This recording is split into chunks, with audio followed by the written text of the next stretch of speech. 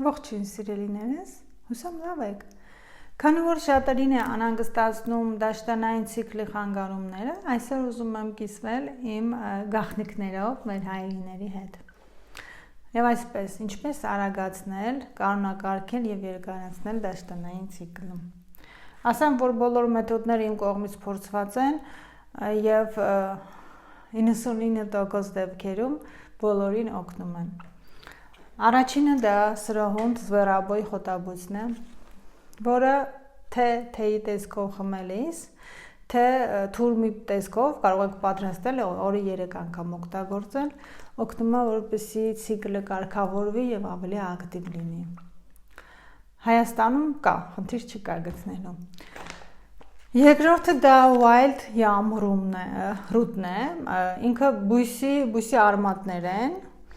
Ես սա գնել եմ Ամերիկայի Միացյալ Նահանգներից, Ամազոնում որ սրճանակ, փնտրեք, լիքն են։ Սա ինքը արմատն է, թեյի տեսքով եմ ես օգտագործում։ Բայց կա նաև կապսուլան եւ տաբլետկաները, որը կարող եք օգտագործել որպես դեղահաբեր օրը 2-3 անգամ օգտագործելով։ Ասեմ, որ պետք է ամենակիչը 21 օր, բայց ավելի լավ է 2-3 ամիս օգտագործեք։ Ձեզ որ տարբերակը հարմար է, դա էլ օգտագործեք։ Բայց եթե, օրինակ սա, եթե դուք ստամոքսի հետ աստվածչանի խնդիրներ ունեք, ստամոքսի հետ կապված խոց, էրոզիաներ կամ ինչ-որ բան, խնդրում եմ խորհրդակցեք ձեր բժշկի հետ, որովհետև ինչքան էլ խոտաբույս լինի, կան խոտաբույսեր, որ նաև ունեն հակացություններ։ Երրորդը դա հայտնի շատ համեղ չիայի սերմն է, որը եւ օգնում է մեզ կալցին ամրացնել, ավելացնել եւ օգնում է նիհարել եւ շատ առողջարար դաշտանային ցիկլի ակտիվացման, երկարացման եւ կանոնակարգման համար։ Սա երեկոյան բաժակի մեջ լցնում եք 1 ճաշի գդալ չիայի սերմ, վրան ավելացնում եք կես բաժակի չափով ջուր, թողնում ենք մինչեւ առավոտ, որպեսզի այն ուռչի։ Առավոտյան դուք տանը պետքա պարտադիր բնական կանաչ խնձորի ցյուտ եք քամում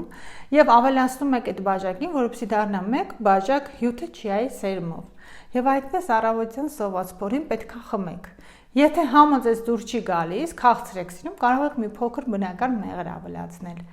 Այն օգտագործելուց կես ժամ հետո նոր կարող եք ինչ-որ բան խմել կամ ուտել։ Սա պետք է անել, այս հյութը պետք է անել, ասենք եթե ձեր ցիկլը սկսում է ամսի 10-ին, ամսի 1-ից պետք է գոնե 10 օր առաջ սկսեք սա անել, որպեսզի ավելի ակտիվացնեք։ Կա նաև առավոտյան համար կա մեկ այլ մեթոդ, որը ես անում եմ կուրկումայով, բայց այս մեթոդը եթե մարդիկ կան, որ ճնշումը միշտ իջած է կամ շուշուտ իջնում է, խորհուրդ չեմ տա առավոտյան անել, այս նույն մեթոդը կարող եք երեկոյան անել։ Վերցնում ենք 1 բաժակ գոլ ջուր, կամ ուղղակի սենյակային, կամ կարող եք ջուրը եռացնել, մինչև որ դառնա գոլի ջերմաստիճանի, սարճի կարողանաք խմել։ Ովքեր որ, ասենք, փորձել են երբևէ օգտագործել են կուրկումա, կարող են կես թեյ գտալ կուրկուման լցնել ջրի մեջ եւ ավելացնել մի փոքր, մի պտուղուն սև բիբար։ Եթե իհարկե էլի ստամոքսի հետ կապված խնդիր չունեք, եւ խառնել եւ խմել սոված փորին։ Սա եւ չիան Եվ հեսա բանը, իմբիրով մեկ այլ մեթոդ կասեմ, այս բոլորը նաև օգնում են, որ ձեր նյութափոխանակությունը լավանա, դուք նիհարեք, նաև դաշտանային ցիկլը կարգավորվի։ Սա էլ խմելուց հետո, կես ժամ հետո նոր կարող եք ինչ-որ բան օգտագործել։ Էլի անում ենք ամենակիչը 10 օր, բայց հիշեք ցանկացած բան, որպեսզի ավելի արդյունավետ լինի, գոնե 21 օր պետք է անեք։ Կա Ունեք իմբիրի մեթոդը, երեկոյան քնելուց առաջ, 1 ժամ առաջ, օրինակ ես 1 ժամ առաջ եմ օգտագործել, կամ իմբիրի եւ կուրկումայի փոշի ենք վերցնում, կամ եթե ունեք ինքը թարմ վիճակում, կարող եք ձեռքել, շատ ավելի լավ։ Փոշու դեպքում 1 բաժակ եռացած ջրին, լցնում ենք կես թեյի գթալ իմբիրի փոշի, կես թեյի գթալ կուրկումայի փոշի, 1 հատ դարչինի փայտիկ, 1 հատ կարդամոն, մի փոքր լիմոնի հյութ, խառնում եք, կարող եք նաև մի փոքր բնական մեղր ավելացնել եւ խմում եք քնելուց 1 ժամ կամ կես ժամ առաջ եւ քնում։ Սա նույնպես հոյակապ միջոց է։ Եվ կա նաև մեկ հայտնի կորեական մեթոդ ցիկլի կարգավորման համար, Գիտեք չէ, որ կորեացիները շատ գաղտնիքներ գիտեն, այս մեթոդի շնորհիվ կորեացի կանայք մինչև 80-90 տարեկան առողջ դաշտանային ցիկլ են ունենում։ Վերցնում ենք սովորական կունջուտը, ամանի մեջ ենք լցնում, ջուրը վրան ենք ավելացնում, թողնում ենք մինչև առավոտ։ Առավոտյան այդ ջուրը թափում ենք, լվանում ենք կունջուտը, քամում եւ բովում։ Բովում ենք մինչև որ այսպես ինքը վարդագույն լինի։ Բովելուց հետո